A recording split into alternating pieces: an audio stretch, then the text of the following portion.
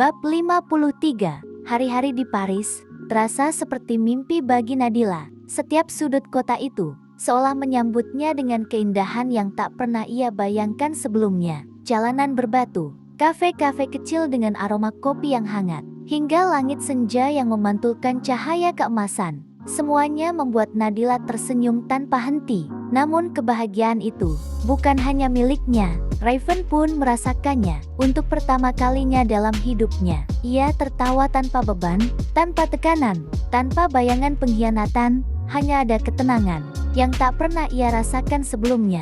Dan semua itu karena Nadila. Dulu mungkin ia masih ragu, masih menahan diri, masih menjaga jarak. Namun sekarang ia tidak lagi ingin menjauh.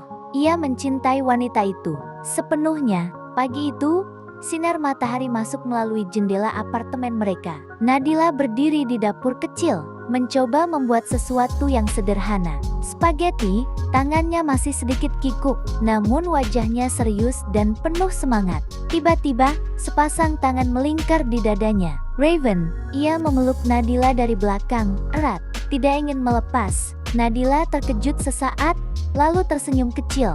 "Mas, aku lagi masak." Namun Raven hanya menempelkan dagunya di bahu Nadila. Diam, menikmati kehangatan itu. Sisa-sisa malam yang masih terasa membuat pelukan itu semakin dalam. Cinta mereka tumbuh, menguat, dan semakin sulit dipisahkan. Sore itu, setelah mereka berjalan-jalan dan kembali ke kamar, keduanya duduk santai di sofa. Nadila bersandar pelan, namun tiba-tiba tatapannya berubah, lebih kosong. "Mas, bagaimana dengan ayahku?" Suaranya pelan.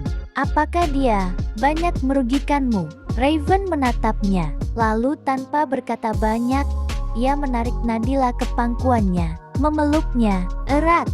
"Sudah, jangan khawatirkan apapun. Pikirkan saja aku, itu tugasmu." Nadila mengangkat wajahnya. "Mas, aku tidak bercanda, aku serius." Raven tersenyum tipis. "Aku juga serius, sayang."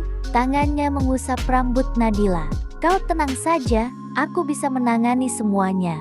Tatapannya dalam. "Dan aku tidak akan membuat hubungan kita dengan keluargamu rusak.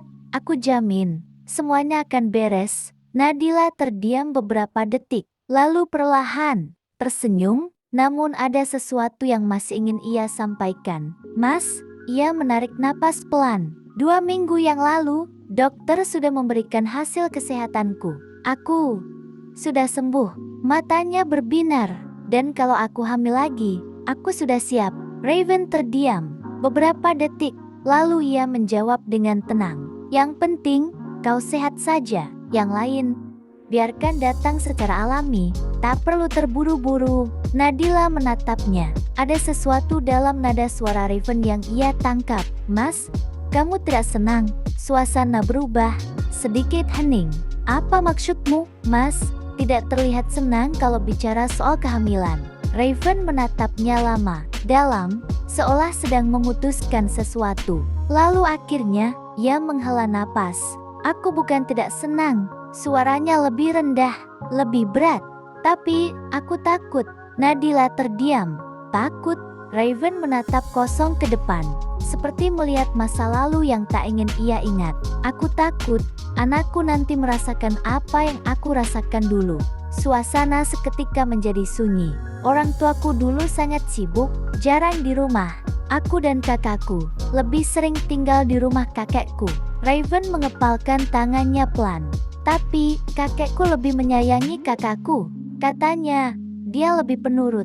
Suara Raven mulai berubah, lebih dalam, lebih kelam.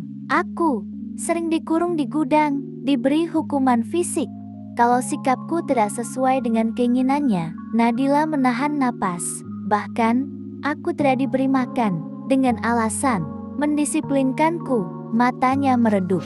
"Sebagian besar hidupku ditentukan oleh keluarga besarku.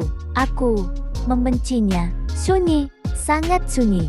"Aku takut kalau aku punya anak, mereka akan mengalami hal yang sama." Air mata Nadila jatuh, tanpa bisa ditahan. Sekarang, ia mengerti kenapa Raven dulu begitu dingin, kenapa ia sulit percaya, kenapa ia selalu menjaga jarak. Semua luka itu nyata. Melihat air mata Nadila, Raven terkejut. "Kau kenapa?" Namun Nadila tidak menjawab. Ia langsung memeluk Raven erat. "Mas, aku sangat mencintaimu." Suaranya bergetar. "Jika kita punya anak nanti, aku janji, aku akan mencintai mereka, menjaga mereka sepanjang waktu." Raven terdiam. Dadanya bergetar. Untuk pertama kalinya, ia merasa sesuatu yang selama ini ia tahan hampir runtuh.